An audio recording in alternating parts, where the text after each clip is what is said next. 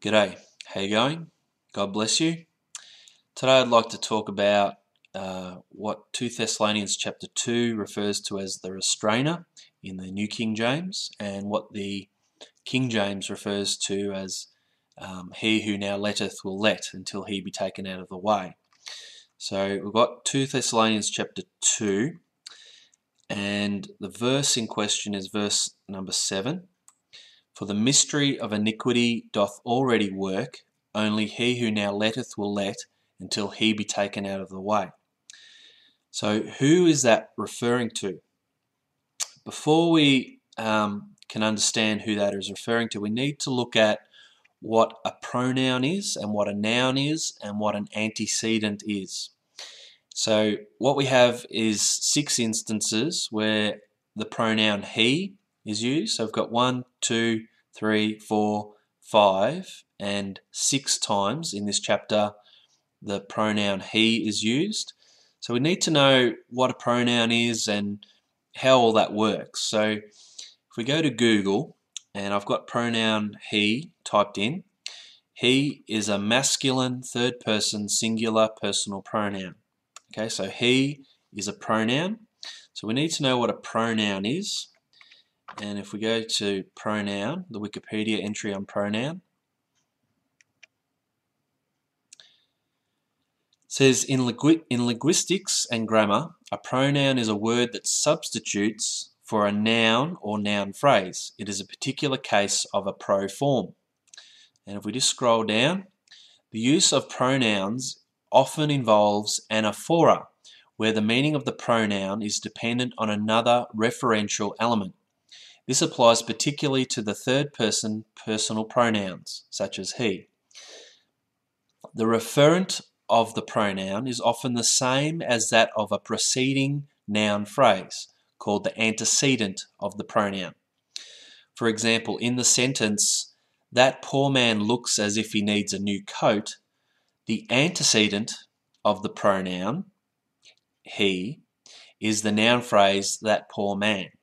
So I'll read that again, because if you're hearing this for the first time, it might sound a little bit confusing. So, for example, in the sentence, "That poor man looks as if he needs a new coat," the antecedent of the pronoun he is the noun phrase, "that poor man." So basically, if you're going to use the word he, there needs to be an antecedent for that pronoun. So the pronoun is he, and there needs to be an antecedent for that pronoun, and that antecedent will be a noun or a noun phrase.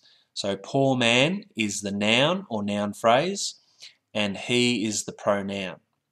So if we go back to 2 Thessalonians chapter 2, and what we need to find is a pronoun, we need to find a noun or a noun phrase.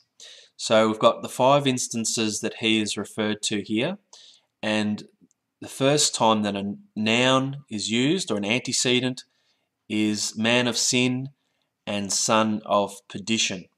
Okay, so the noun or the noun phrase is man of sin or son of perdition. That is what the he, the pronoun he, is referring to. It's not referring to the Holy Spirit. It's not referring to the church. It is referring to the man of sin, the son of perdition. Now, there is a 6th time that he is referred to, and if you read this verse, it's speaking of God. So the he pronoun in this, the pronoun he in this instance, is referring to the noun God here. So we can discount any need to look at this any further based on that. So if we go back to verse 7, for the mystery of iniquity doth already work, only he who now letteth will let until he be taken out of the way. So this verse is talking about the Antichrist. In Revelation chapter 13, it speaks of the Antichrist or the beast, that he's going to die from a deadly head wound, and that is going to be healed, and he's going to come back to life, and the whole world is going to wander after him. So only he who now letteth will let is speaking of the Antichrist, and I believe that the Antichrist is going to be Prince Harry, and I've got a video that I'll provide a link to that you can watch that provides proof of that. So he is going to let Satan possess his body in the same way that Judas Iscariot was possessed by Satan. If you read in the Gospels, he is going to let Satan indwell his body. Then he's going to die, and then he's going to be taken out of the way, and then he's going to come back to life. And that is the meaning of that verse there. For the mystery of iniquity doth already work, only he who now letteth will let until he be taken out of the way. It is not referring to the church or the Holy Spirit. In 2 Thessalonians chapter 2, chapter 1 and chapter 3, the Holy Spirit is not mentioned once. So it can't possibly be the Holy Spirit based on the rules of grammar and linguistics. All right. Thanks very much for listening, and God bless you. Bye.